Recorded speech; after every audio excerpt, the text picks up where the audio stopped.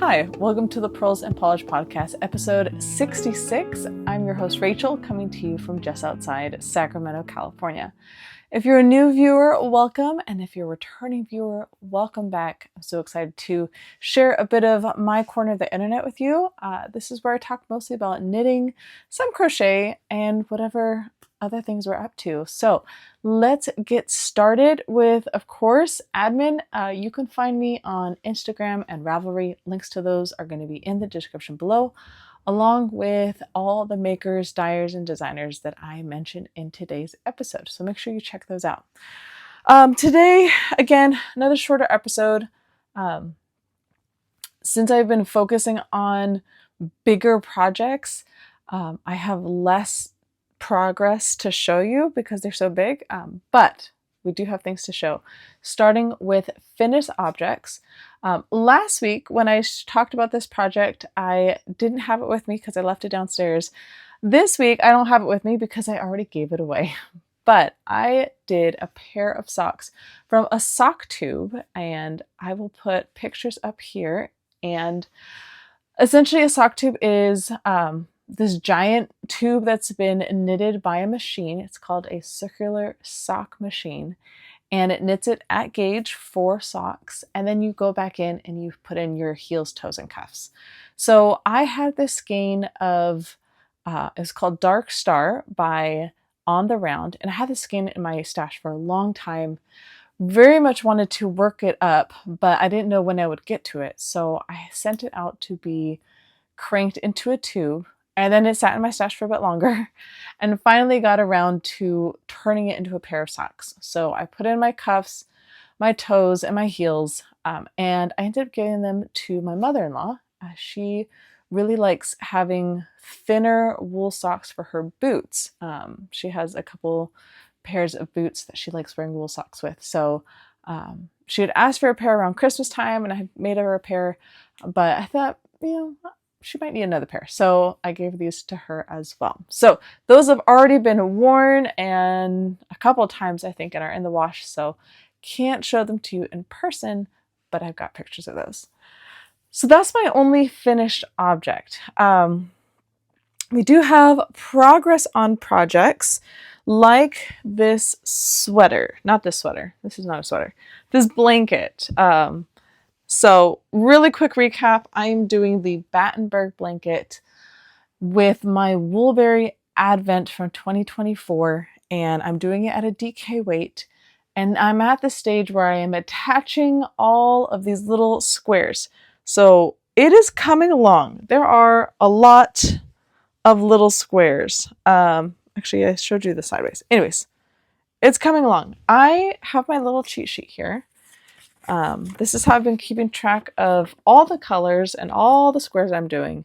So I'm in that bottom 5 to 6 rows. So the end is near, the end is in sight. So again, trying to work on this project as much as possible, especially since I want to get it done by the end of March, just so I can move it along and I can work on other projects. So now, since we're kind of in that bottom quadrant, third, I don't even know how many rows there are, to be honest. Now I'm trying to figure out what would be the best way to proceed. I went through a couple different scenarios. I could start just going diagonal. Yeah, this way. Diagonally, to just kind of finish these rows going this way. I thought about continuing to go left to right. I thought about starting at this bottom and then going up this way and then attaching as I get along. I'm not really sure. If I were to go diagonally, then I, would be able to kind of see progress, and I could kind of space out how much work I need to do on the project every day. At the same time, it doesn't make it super portable, so I can't really take it with me to Taekwondo practice or meetings or whatnot. So that's the downside to that. If I were to do kind of left to right and do little groupings, I could do the groupings on the go, so I could just take the bits that I needed with me and work on those. and then attach them later, but I don't know if I want to do that. So we'll see what I end up doing. I may be doing a little bit of both, where I would like take some with me on the go and then attach them later and then do some diagonals. We'll see. But progress is happening slowly. So my puppy Sabine just got back from a walk and she was very excited to see me. So she had to be let into this room. So we'll see how long she lasts. But hello. Say hello, YouTube. Oh, hello. You're very loud. Oh my goodness. Oh my goodness. Oh my goodness. All right. Let's continue on. So that blanket is getting a good chunk of my time. So last week was super busy, so I didn't have a ton of like crafting time because I was going to meetings and practices and one thing after another. So not a ton of progress on the things that I wanted to have progress on. But I'm learning to kind of let that go and just be present in the moment and accept that sometimes I'm going to have more time to craft and sometimes I'm not, and that's okay. But I did spend time on my March socks from my Freckled Whimsy club. So this came in and I cast them on like immediately. And I will show it to you. So I didn't even take a picture of it in the skein. I just immediately cast it on. This colorway is called In Like a Lion. What is it? In Like a Lion, Out Like a Lamb. So it's a 6-stripe repeat. This, of course, is on their Serendipity base. 75% superwash merino, 25% nylon, 460 yards, 100 grams, 4-ply fingering. So I get the same base every time. And so when I was picking out my pattern, I knew I wanted something with a little bit of rib, but not too much rib, because I really like these colors. They're kind of retro, and I like that. But I wanted something that wasn't vanilla. I don't know how I feel about cables with self-striping yarn. I know there are patterns out there that incorporate cables in their patterns with self-striping yarn, but I don't know if that is something I would like. So anyways, I picked the, let's see if I get the title. I'm pretty sure the title is the Still Water Socks by Lindsey Fowler. And it is a vanilla sock. However, it's got a little bit of rib. So on the back, you've got some ribbing, and it's kind of the 2 middle ribs are the longest, and then you start one. Ooh, here we go. And then you have a little one over on the sides. So I like that it's enough rib to keep it interesting, but it's not like all rib. And then you have that same rib pattern on the top of the foot. So again, very subtle. I don't know how well you'll be able to see that. Very subtle, but still kind of has that interesting little touch. So really enjoying that. I've done that pattern before and loved it. I think I did that one with a yarn that was not self-striping. It was like a tonal or a speckled or something like that. So I was having a conversation with a friend this morning about knitting and making handmade things. And we both came to the conclusion that when our hands are busy, our minds are quiet. So for me, that's knitting. For her, it's baking. But we're talking about stuff, and there is, I'll show it this way. On the bottom of my sock, there is one singular peach stripe, if I can show it to you, right there. And that's where I picked up all of my gusset stitches to continue knitting my sock after I did my heel flap. And there's just that one stripe. And it drives me a little nuts because it's one stripe. Like, it doesn't really match anything else that's next to it. And so we had a whole conversation about making mistakes and how no one notices but the maker. My friend, who is an amazing cook and amazing baker, she makes jam, and she said this morning there was a little chunk of pectin, which is how you make like the jelly, in her jelly this morning on her toast, and that she got really upset about it because she made it and she like knew better. And so we had that kind of moment where if it was anyone other than us, they probably wouldn't have noticed. However, because it's us and we're makers, we notice very quickly. And to be honest, I'll probably forget about that little stripe in like 3 weeks. or I'm going to have the same little stripe on the other sock and be fine with it. But if I don't have that same little stripe on the other sock, then I'm going to be upset. So makers, we're an odd bunch, but it is nice having solidarity with makers in other fields who get the same kind of attention to detail that no one else notices. So there's that. Of course, I'm still working on my It's Bred sweater. I didn't touch it all this week. This blanket needs to get done first. I'm kind of regretting casting it on when I did because I'm not working on it.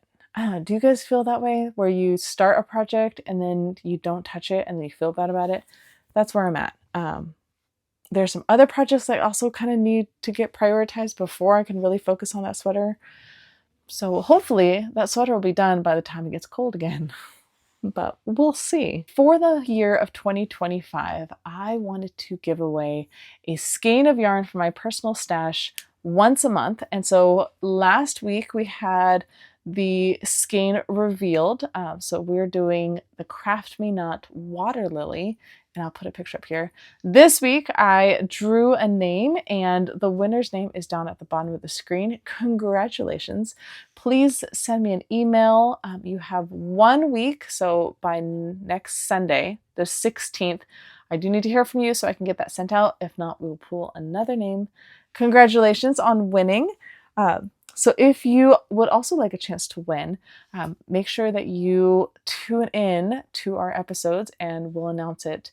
The next one will be in the beginning of April. So what am I reading and watching? I am almost done with the Excalibur Curse by Kiersten White. I literally have 15 minutes left, and I was trying to finish my book before we got ready for the day, and I ran out of time, and I just needed to let that go and be okay with listening to those last 15 minutes later today. So I'll finish that up today. I already have my next book picked out. I'm going to be listening to Pride and Prejudice. It's been a while since I've listened to that one. I do have Audible, so I get 1 credit a month for a new book. And so I have books in my queue that I would really like to read. One of them is the next book for our book club, which is Go Tell a Watchman. However, I don't have any credits right now. And some months I go without purchasing a book, so I kind of save up the credits and then I can get a couple at a time. That is not available to me this month, so I usually go to the very end of my title list to see what was the what is the oldest thing that I haven't listened to in a while. And so Pride and Prejudice was kind of towards the bottom of that list, so I'm going to listen to Pride and Prejudice. So I'm very excited about that. Let's see, our book club. So we had book club on Friday, and we did To Kill a Mockingbird by Harper Lee. And so our dinner was chicken with white barbecue sauce, cheesy grits, chitlin bread, and potato salad, Coke in a bottle, and then we had a Lane cake, which I've never had a Lane cake before. So it was very new to me, but it was like a white cake and it had a coconut nut frosting that had whiskey in it. So it was very good. So very much enjoyed that. We had a great conversation. Of course, we ran out of time, so we couldn't talk about all the things that we wanted to talk about, but really enjoyed rereading Go To Kill a Mockingbird. I'm looking forward to reading Go Set a Watchman and kind of compare the two and then decide if Harper Lee really meant for that book to be published or not. So that will be really great. So Amy of The Knotted Knitter and I are hosting our yarn swap. Signups will open up Friday, March 14th, 2025. We'll have links posted here on YouTube. We'll have them on both of our Instagram pages. And then we are planning on recording a video tonight about the yarn swap and each other, and we're going to have so much fun doing that. So if you have not signed up for a yarn swap before, like ever or recently, definitely sign up for ours. We have a great time. We like getting to know people that live all over the world. We had several people from outside the United States sign up, so that was a lot of fun. And then it's always great making new yarn friends. So make sure you keep an eye out for that, and then we'll have announcements along the way. we'll have posts with frequently asked questions.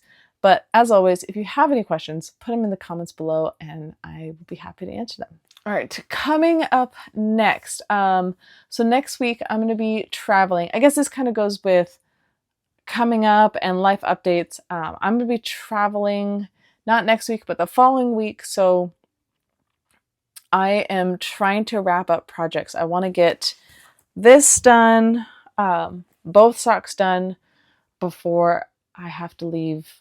I want to get as much of this blanket done before I have to leave. So I'm kind of prioritizing these socks first so I can get them done in the next week. Then the blanket. And then kind of if I can get the socks done, then I'll focus only on the blanket. So then I can leave for a work trip and have as little project stress as possible. So kind of with that, I'm also thinking, what do I want to take with me to work on? So I'm on the West Coast. I'm going to be traveling to the East Coast for a conference for about 4 days. And then it's a full day of travel, the day before and then the day after the conference. So when I leave, I have a red eye, so I'll be sleeping a good chunk of that. But then coming back, I don't know if I'll be sleeping or not. So first, how many projects do I bring with me? And second, what do I bring? Because it's going to be a lot of meetings and sitting down and listening, which is all good and fine, but I get easily distracted. So I need to have my hands kind of busy. And then for, mornings and lunch, meals and after, I need something to do. So, how many projects do I bring? And what do I bring? I don't want to bring my sweater because that's going to be too much. That's going to require a little more focus. I do not want to bring any part of this blanket because I cannot crochet unless I'm looking at my hands. And when you're in a meeting, that doesn't really work. So that doesn't work out for me. So I need a knitting project so I don't have to look at my hands. What I'm thinking is I'm going to bring yarn for 2 muscle burrs. Or maybe 1 muscle burr and some socks. So my husband has expressed he wanted a hat. So I was going to see if a muscle burr will work for him and give him a couple options to choose from. And then I also wanted another muscle burr because I love having hats because my ears get really cold really quickly. And I have a blue one. Yeah, I have a blue one. I have a purple one. I have a striped one, but I don't have a red one. So I'm definitely going to make myself a red one. It's more like a burgundy color, but fact still remains, I don't have a red one. So I need a red one. So I'm definitely going to do one of those. But then I was thinking, do I bring just like emergency yarn and bring like a 3rd skein and just leave it in my luggage? And then if I need it, I can pull it out and wind it up by hand. Or do I just bring 2 and a book, which is not as fun as knitting? What do you guys think? Let me know in the comments. How many projects do I need? What do I need to work on? I would love to hear that. Or if you have any suggestions for other hats that are kind of hipster slouchy like patterns, I would love to hear that too. But transitioning into life updates, we had a in-house tournament yesterday for Taekwondo. So both of my kids and I all competed. We only did 2 events each because it was a short tournament. So it was really fun to have the studio open and people coming in, and it was kind of like an open house where you just came for your time slot and then you could go. So we did have some families stay and help out, and some families just stayed just for this. They wanted to watch everyone compete. It was nice to be able to see students from all of our classes, so our beginners, our intermediates, and our advanced, be competing kind of at the same time and encouraging each other. Our studio has kind of a leadership team, so kids that show leadership qualities that they want to develop. And so they assist in classes. So it was really great seeing some of these older kids, they're in junior high, high school, older elementary, be there and be examples and be helpful, but at the same time see kids that they help out in class and kind of touch base with them and encourage them. So that was really sweet. And then on top of that, we also had team sparring. So what that means is you are on a team of a couple people. So we had teams of 5, and you go against another team of 5, and you kind of go one at a time. So your first person goes in, and their first person goes in, and they have their sparring match.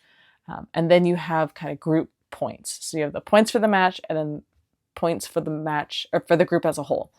And then whichever group won would either move on to the next round or go for 3rd place. So that was so much fun to watch. These groups of like beginner intermediates go against each other. And then I was in the teen and adult group teams.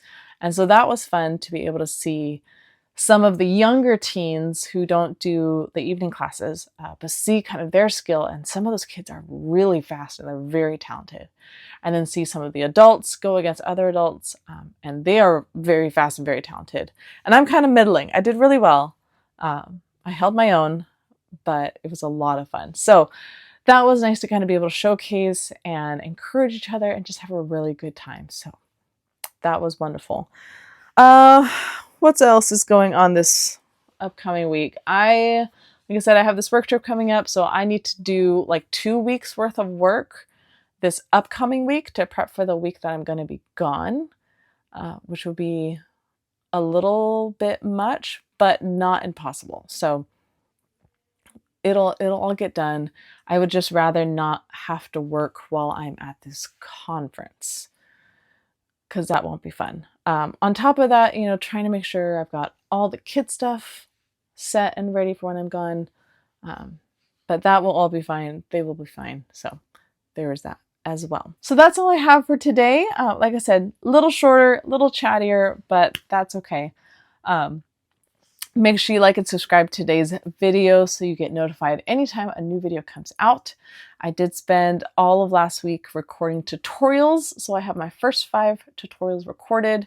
Those will be slowly rolling out over the next couple weeks, so keep an eye out for that. And if you have any requests for tutorials, make sure you put that in the comments below as well so I can add those to my list. Have a great week, and I will see you guys next time.